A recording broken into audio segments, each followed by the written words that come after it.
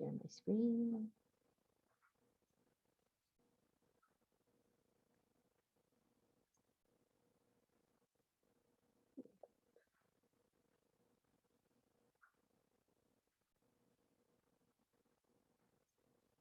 So welcome everybody to tonight's Animal and Emotions webinar. I'm Cindy Myers. And if you have any information or would like to know more about my services or any other information, you can check out my website at yourenergyhealer.com. And with that, we'll get ourselves going. Tonight's topic, I just thought would be a good one, was about disruptions and changes, perhaps in your household, that can cause anxiety in with your pet, or storm anxiety. It's starting to get to be that time of the year when we're getting a lot of storms. At least here in Oregon, we are, and that can create some anxiety in our pets, especially when they haven't been used to it for a while. So we'll talk a little bit about that. They're very similar in how they demonstrate their anxiety. So they fit well together, these topics. And then afterwards, we'll do some demos and answer any questions you might have. But before we get going, if you're having a medical emergency with your pet, please call your veterinarian. But what I can do for you is provide energy support for your pet and yourself, and that can help either keep them calm while you wait to get into a vet, and it also helps keep their energy flowing to allow their natural healing abilities to work alongside with your vet. And then if you do have an excuse me, an aggressive animal issue, I do require that you work along with an expert trainer. It's not enough just to remove the trapped emotions. They can build back up, and then you have the issue. So it's a lot of training has to happen, creating a new habit that's more desirable and learning how to do that for your pet. So, all right, with that, I've been talking a bit and emailing y'all about my remodeling in my house. You can see it's pretty empty still. Not a lot in the house yet. And it's actually, the anniversary is this weekend of me moving to my farm here in Oregon. It's 12 years this weekend. And so actually today is the 27th, 12 years today. So happy anniversary to me of me making this big move to live with my alpacas and my dogs.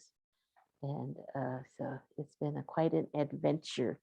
And it's interesting that the remodeling has coincided about the time that I landed here, because that required a lot of changes and growth as well. Let me see, somebody's got a chat. Can you hear me okay? As if that sometimes you can't hear me as well. I have my earbuds on. Danielle, can you hear me okay? Yeah, okay.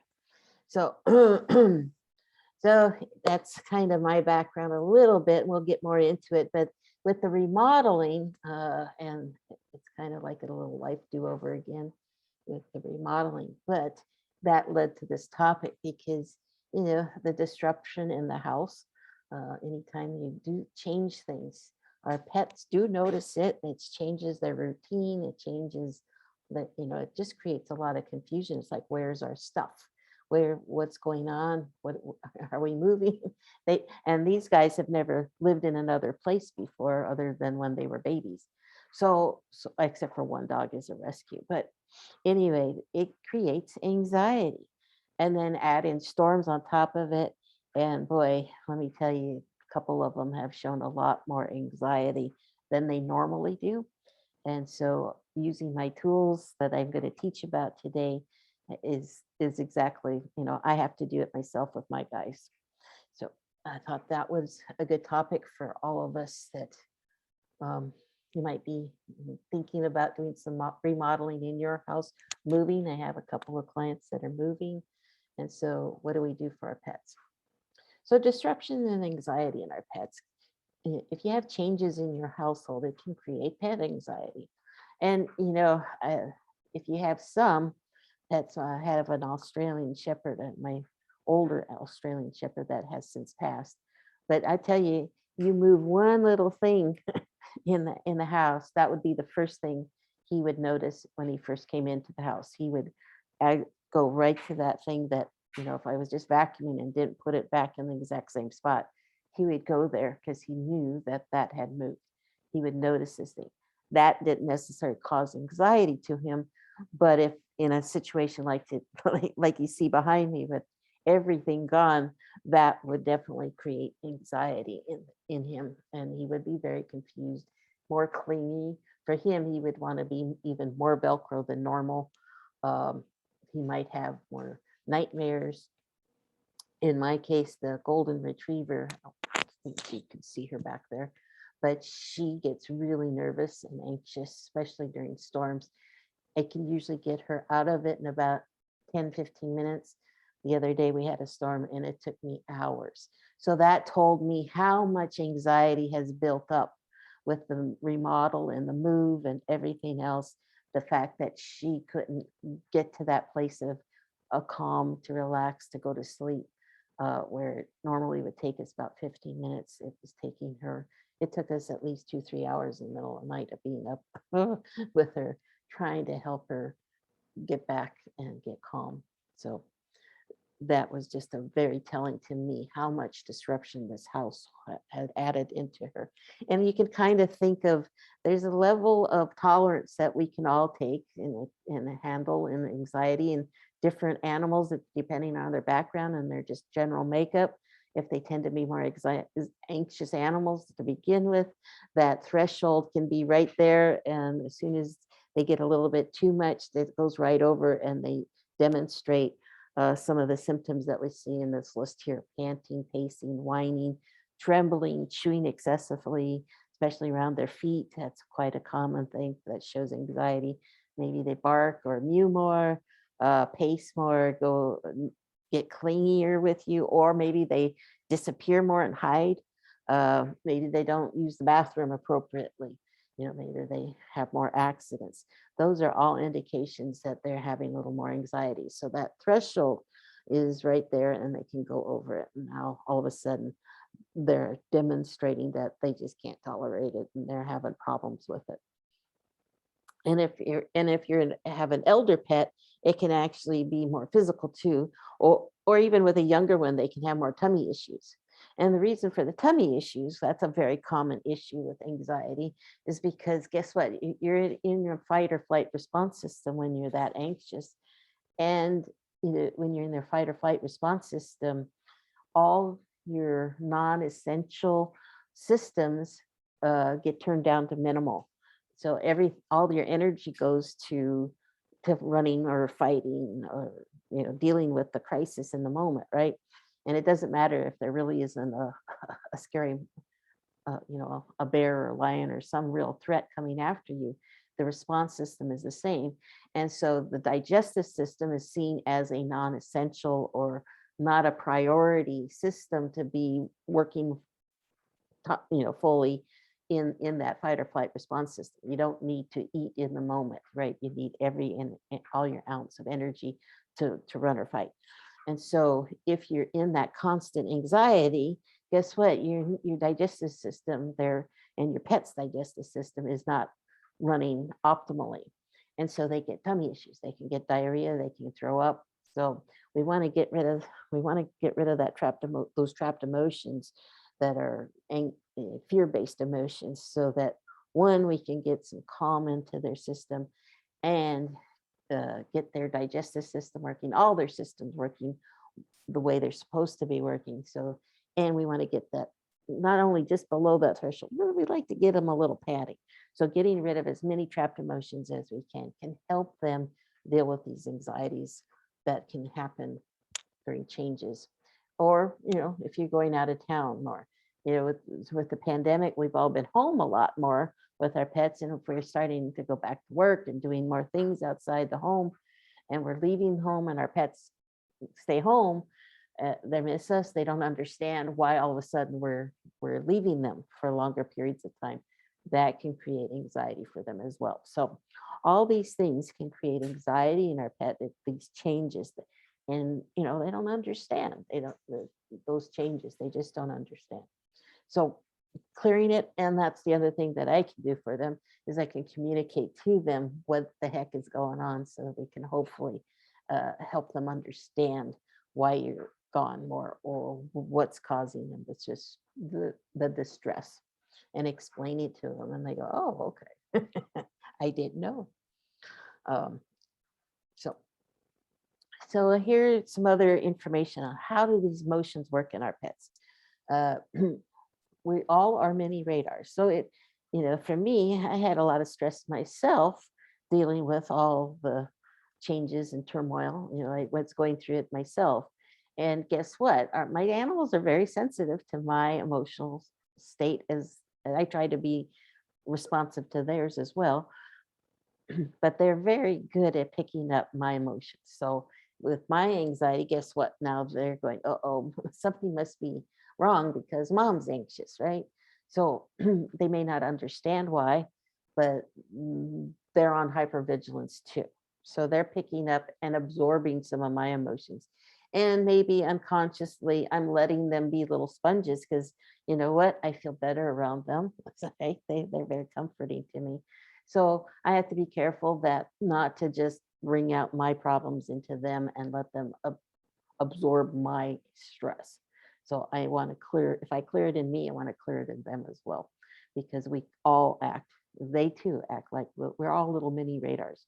If we have an emotion, emotions are just chemicals that our body creates to express an emotion or an experience that we're having, or we're remembering.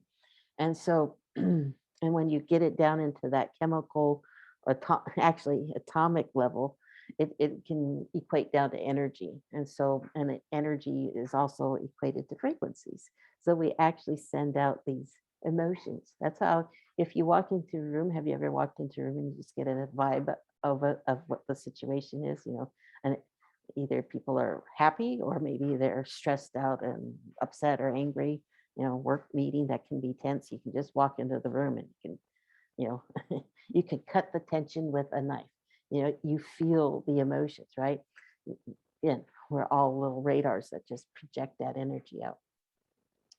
um, so sometimes we can't tell exactly what our pets are feeling, but they give you signs. There's a lot of body language that's might show. Again, we talked about the panting, the ears pinned back more. Are they more just stiff? How do they sleep? Look at how they sleep. Are they more curled in a ball?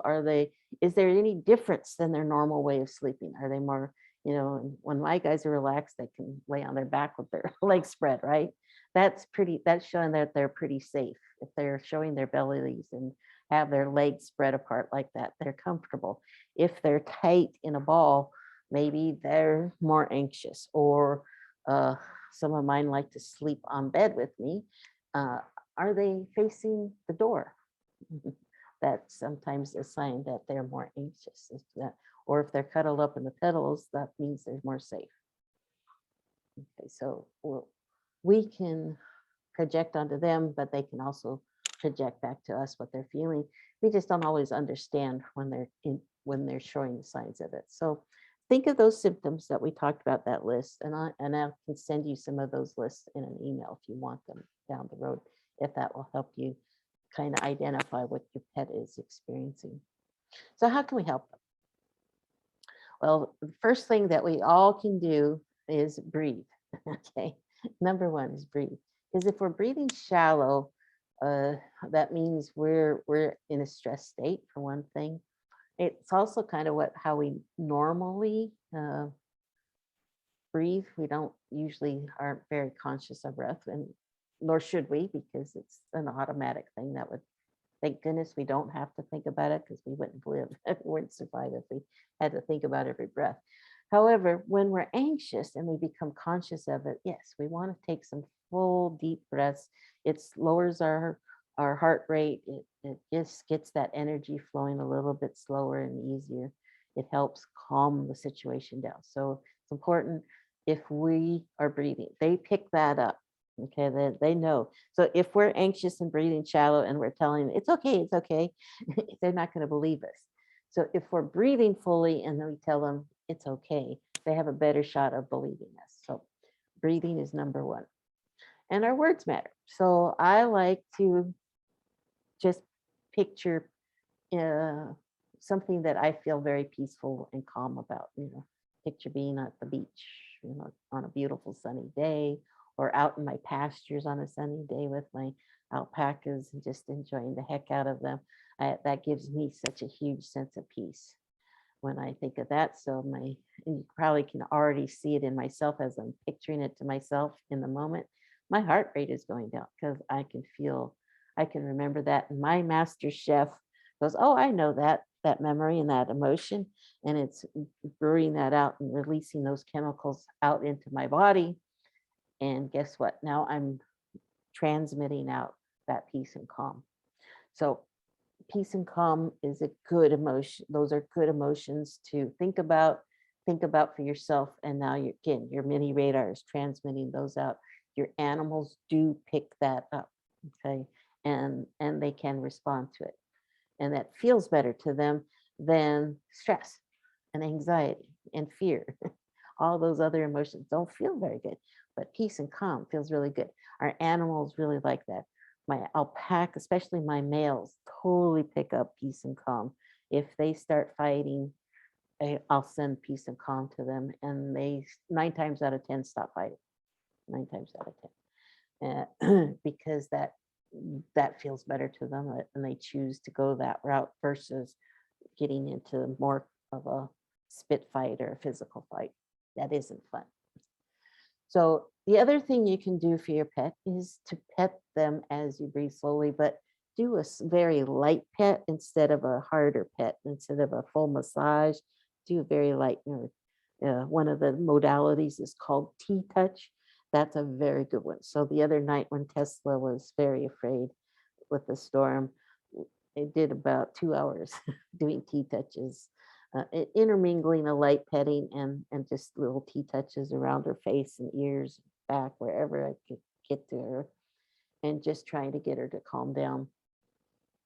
And it kept me calm as well by doing it because I was breathing and I was thinking peace and calm, and I was just working her ears, doing as much of this peace and calm. It eventually did work. It eventually did work. Again, she had a huge buildup of anxiety. Most of the time I do that, and in 10, 15 minutes, she settles down. The other night was just, again, an accumulation, and she was just over the top. But it still worked in pulling her out of it and getting her to sleep. So just do the breathing and relax, breathe in little light pets. And I can send, if you Google T-touch, there's some nice YouTubes on how to do it for dogs and cats and horses, all any kind of species out there, even for yourself. I do it on myself sometimes. And then the other thing I like to do is just stop and pay attention to them, fully attention. Because a lot of times, we're just petting them kind of mindlessly. But I like to do so with full intention. If they come up to me and want something, then I like to set everything aside just for a couple minutes and just really look at them and just give them full love and attention, and petting them or playing with them, whatever they might want from me for a couple minutes. I just do that.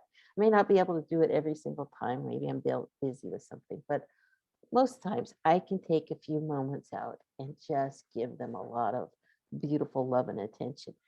That reduces their anxiety. It really does. It helps them a lot. They're asking for something. I'm listening. They feel heard. Who doesn't like to feel heard, right? So just looking at them, and if they're giving me eye contact, I want to give them eye contact back. Give them full eye contact, love on them, smile. I just go, oh, hi, and just give them a few little pets, or again, a play with a toy for a second or two, a few minutes. It really helps them reduce their anxiety a lot, just to be heard. Okay. So if you need help getting rid of some of those trapped emotions that your pet can accumulate with the anxiety and all that, I recommend the quick cleanse package. It's kind of, a lot of times we just, again, that threshold, we want to keep it under the threshold. and life happens and stuff builds up again, and we need it again. We just need regular maintenance of getting rid of that junk. And our pets, it's true for our pets as well. So especially for pets, 15 minutes is sufficient to get rid of these trapped emotions. They don't have a very long attention span to begin with. So 15 minutes, I can rebalance their energy, communicate with them like what's going on, and talk to you a little bit if we need any ideas on how to help them through a behavioral issue or physical issue, where to do the T touches. I might be feeling exactly where the energy is blocking in their body. And so I can tell you exactly where to focus some of the T touches on, or pets. Um, and so that's really valuable in these 15-minute sessions. And future events. So this Saturday, we have a healing circle. And then next Wednesday, I'm doing an intuitive bliss. I think it's next Wednesday. Yes, next Wednesday is November 3rd already. Holy cow. So we have an intuitive listening webinar. I kind of don't usually do back-to-back anymore with the webinars, but because of this last month and having to postpone a few things, I am doing another, the human version of a healing circle next Wednesday. And then we'll have some healing circles. So this Saturday we have a healing circle. And then the following Saturday, no healing circle. But on the 10th of November, we will just have the healing circles. And I'm gonna kind of talk to you guys a little bit about Thanksgiving on that Saturday and Wednesday, what you would like, because people might be traveling or getting ready. I'm not quite sure what my plans are yet. So we can kind of discuss that down the road if we want to have any healing circles or on that the Wednesday before or after the Thanksgiving. So my thoughts were not to have one on Wednesday, but possibly that Saturday. Maybe our tummies need a healing circle after Thanksgiving. All right, so we'll talk about that more as we get closer to it. And with that, we'll go ahead and get into we will get into the demos. Let me get a sip of water and then we'll get going.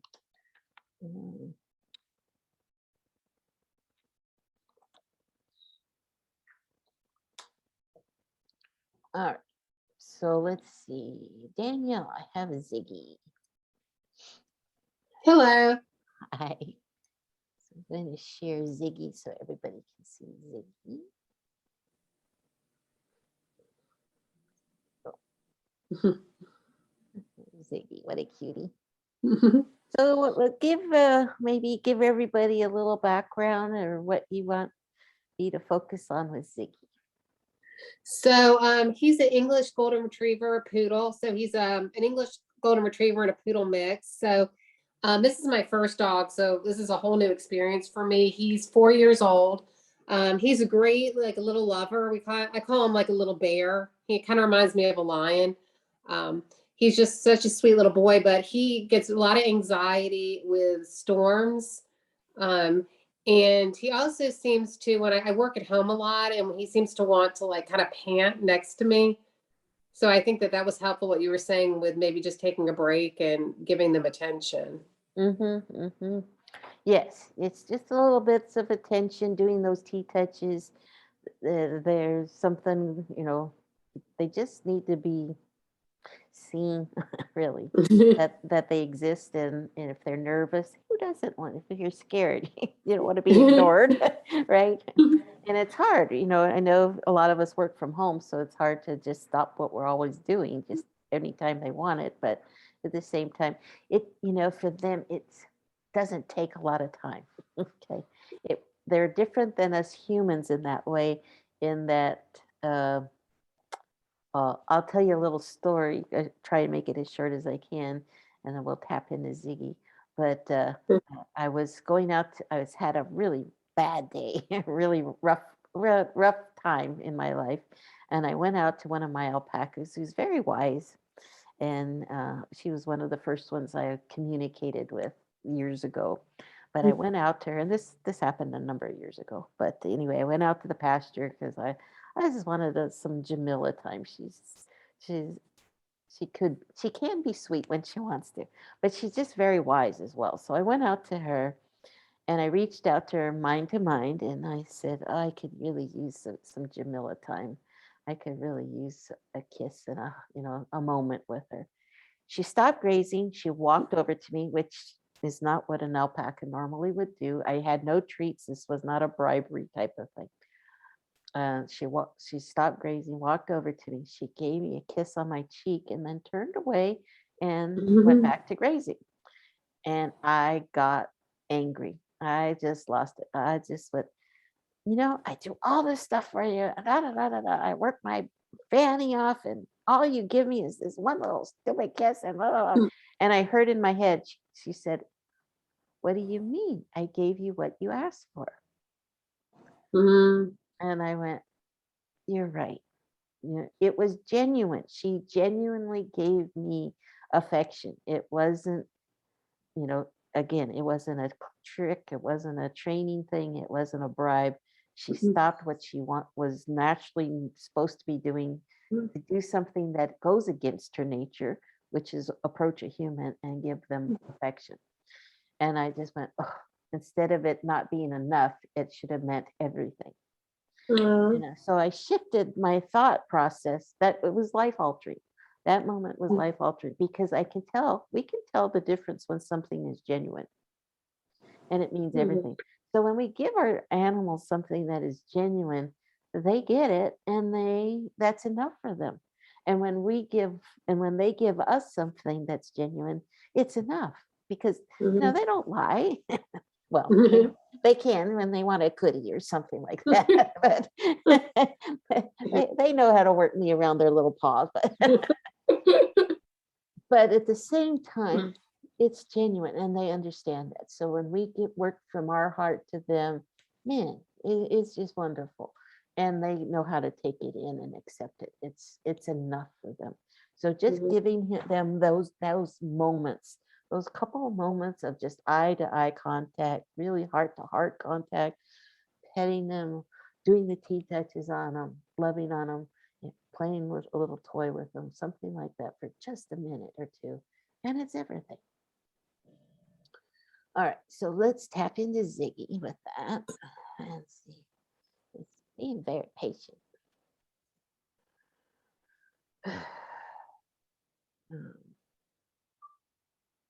So storms are a big deal, and if I recall correctly, a rescue. You rescued Ziggy No, we got him from somebody. He's a puppy.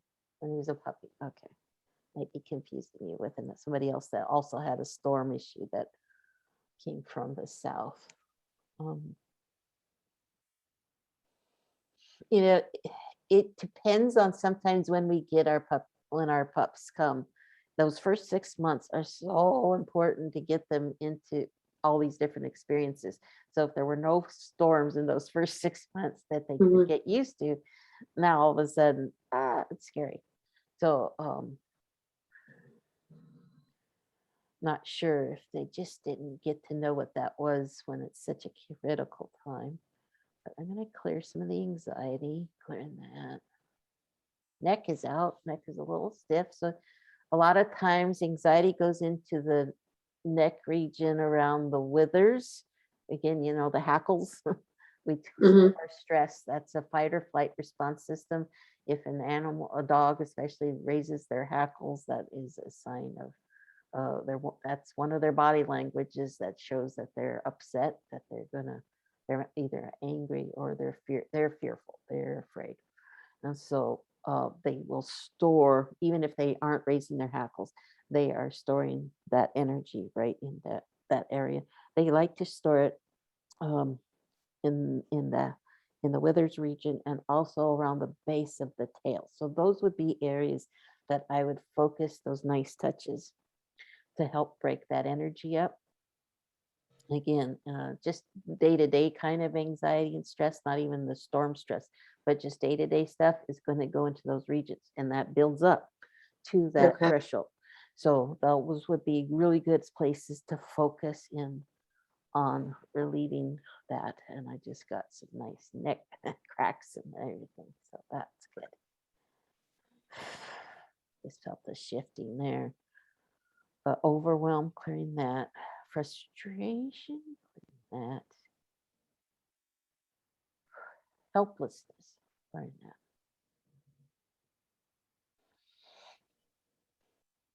I don't know if you've tried thunder shirts. Have you tried that at all with Ziggy? I've tried like athletic shirts that are like thunder shirts. They seem to help a little bit. Yeah, to me, when I for my girl, it's a combination of all the above. I use every tool. I use essential oil. The essential oils I like to use is from a company called Animal EO, and Okay. when I unshare, I'll type it in. I can't get to my chat box when I have the pictures up. But Animal EO has they do it just for animals. It's essential oils created by a veterinarian, so I trust them, especially for cats. Anybody with cats, that's all I would use would be their oils, specifically for cats. But they have a Calm You Mile. It's called Calm You Mile for dogs, and that seems to work for mine. I put a little bit on I call it smelly sauce. I ask her, I go, "Do you want some smelly sauce?" And she comes running over to me, and I just How do dab. you how do you feel about the hemp chews for dogs? I have not tried those. I do use a CBD fluid on my Mhm, girl. Again, that is one of the big tools I use for her. Um, so yeah, I've tried different things. There's Rescue Remedy is another option. That's a mhm, Bach flower that has helped some of my guys. So in any of those things, I wouldn't necessarily do all the, pick one of them that's oral. It Yeah. might be way too much for counter. But try one of them, see if, and you never know which ones, each pet is a little bit different. So I don't know which one might be better. But for my girl, when she is in major, like the other night, what was everything? It was the CBD, it was the oils, it was Thunder Shirt, it was tea touches. We were doing it, and I was clearing like crazy. So, I so also do classical music for him in the background. It seems to calm him. And yep. I tend and when I'm at it, when I leave, I always put on like the dog YouTube, the dog calming music, and he seems to, I think he likes it. I don't know if you pick up if he likes that or not. Yeah, those can be very beneficial as well. There's certain songs that are the right frequencies. There's some different. My vets have one vet has it's a little box and it has music that is geared towards pets that are the just right frequency. It sounds kind of new agey music to my ear, but they Yeah. use certain frequencies and tones that are calming to the pets. So yes, that could probably be very good. I will leave the TV on for my guys as well. But I think the noise just is comforting to them, so they don't feel like they're, excuse me, alone. So yes, I would do that. Ziggy says yes, please.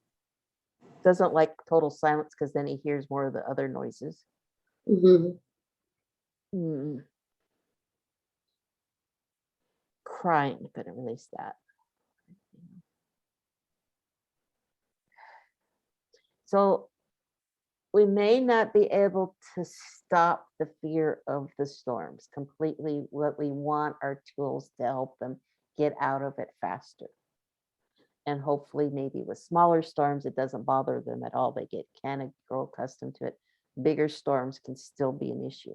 So again, I want as many tools as I can in my toolbox. The breathing, the tea touches are going to be, and do the tea touches again when they're just happy. Don't do Okay. it just when they're afraid, because we're creating a Pavlovian response. Again, that master chef in their brain, what the T touches does is trigger the calming system, the parasympathetic system, and instead of the adrenaline fear-based system.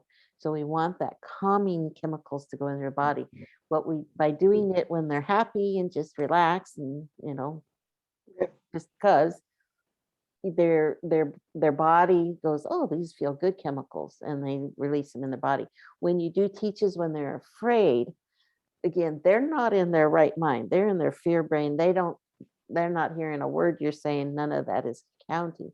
But the touches, the light touches, their body goes, oh, I know what that means. And their master chef brain, again, is starting Mhm. to release those chemicals into the body, which can help pull them out of the fight or flight response system better and faster.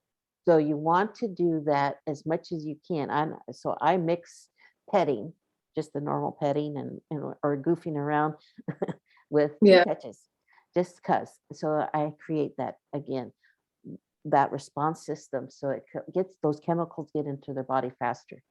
So and it can override the fear base. And then I also work around the tails and all that stuff. I practiced in the ears, so they Mm. get comfortable with their ear work. The ear work is great because it works on all their systems. There's all the pressure points in their ears for digestion, all sorts of stuff. So it's just a well-being, good stuff to do. You keep those, it works at the cellular level, so it really gets the energy moving. It's something you can do, Okay. and not wait until, by the time you get a hold of me and get a session in, it's long gone. Whereas you Okay. can do this in the moment and help them get out of it as fast as you can. So, Great. Thank you. That was super helpful. okay, great.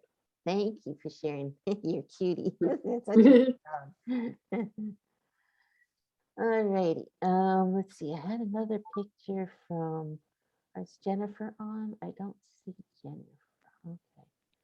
Jennifer did not come on. All right. So Sonia says, my cats now have to be indoors as one got shot with a BB gun. Not so, dear. Safe for them to be outside. I've explained this to them, but I do not know how long they will deal with it. I feel like I'm breaking their spirit. Yeah, that's a hard one. That is a hard one when it's not safe outside for them, but they don't understand that. Um,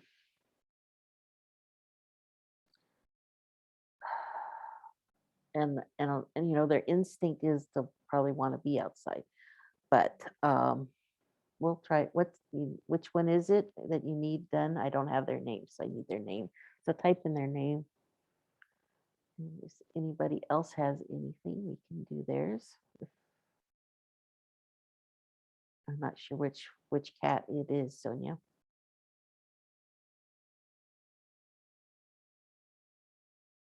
But you quick give me a name. Bella. Okay, Bella. Uh,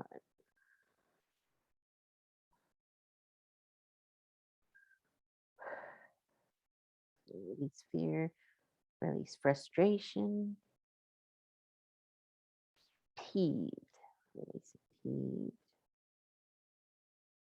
anger,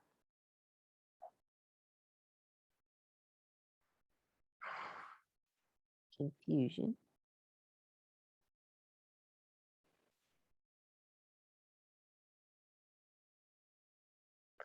some resentment, clearing all that.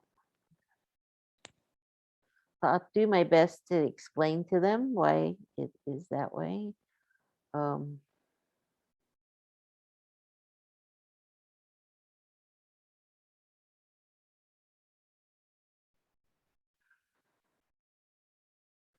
so there's boredom. So what I would suggest is that you get them um, other stimulation as much as you can, um, because when they are outside, they're exploring. They've got sights, sounds, smells, hunting. They're doing all sorts of stuff.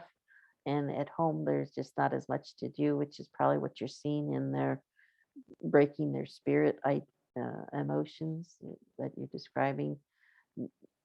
They're depressed, so they need a lot of mental stimulation. So to help counter not getting it from outside, they're so used to that. I don't know if you can overcome that because they've been indoor outdoor cats and a lot of it has been outdoor full time. So to take that away is a lot. um, that being said, it doesn't mean that it isn't possible. I mean, my my livestock guardian guy that's sleeping back there and quite used to be only able to hang out in the house for about 10 minutes, and he said, I want to go outside. And now he just hangs out a lot. He can sleep through the night in the house sometimes and is fine with it. So you can train them and get them comfortable with it, but it just might take time and knowing how to uh, try and find different things that can give them stimulation. So you've got a cat wheel. Yeah, you see again, they they don't know what some of those things are. That's the challenge is they're used to, they know what, to go outside and root around in the bushes and leaves and stuff. That's entertainment for them. Um, that's their life. These things that are fake and don't have those smells, they don't know what to do with them. But keep trying to find stuff. And I don't know what might. You never know what might work. Probably you're probably better with something cheap like boxes. To be honest with you, boxes and hide food and things with them. Something where they're using that hunt kind of mentality. They're using their nose to find something. So you can put box under a box under a box kind of a thing, and then the food hidden in there kind of a thing. So they get in their smell with some food, and then they're hunting for that and trying to figure out how do I get to it. Puzzles like that. Try that instead of the mechanical things. Okay. Anybody else have anything?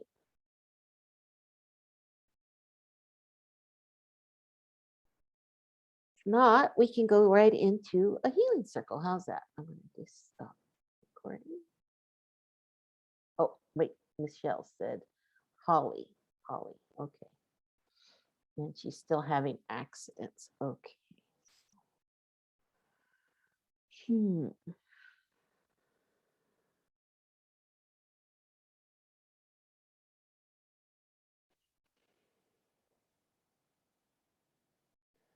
So some nervousness, clearing that.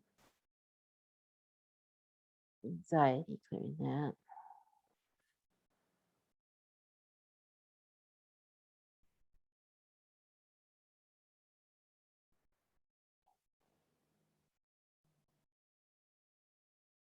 Lack of control, clearing that.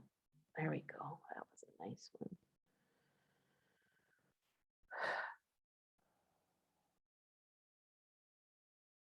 Hmm. Jealousy. That's interesting. Clearing that. Let me clear her kidneys and bladder. Maybe that will help with the accidents. Are the accidents near the litter box or are they away from the litter box? Message that to me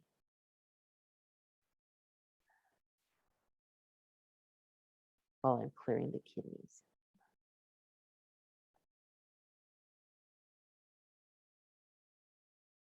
Oh, both. Okay. Only urine. Okay.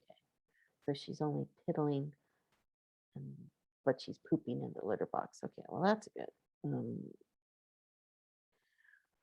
well, it was picking up a little bit off of the right kidney.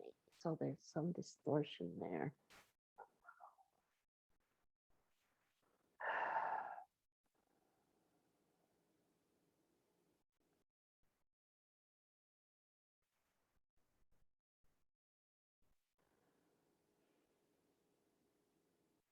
So if it persists, a lot of times when it's near the litter box, it's a physical issue.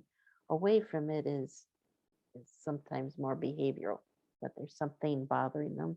In this case, it might be both. Um, Goes with the peeved, frustration and being peeved. So if there's something there where she's could be frustrated about at home, she's already checked for a UTI. They want to do blood work now. Yeah. Um, it might be more the kidney than the bladder. So that would be, they would probably pick that up more. for the UTI because I'm feeling more of the kidney. So probably good if you can to keep following up with your vet on this. I did clear it, but there's something frustrating. She feels, oh, and your mother is also having kidneys issues. She's currently in the hospital. Oh, well, there you go. um, that frequency is off kilter. It can go into the household. Remember, our animals can absorb what's going on uh, with us. And a lot of times, when we have a health issue, our animals have a similar health issue. It's those emotions that are being absorbed.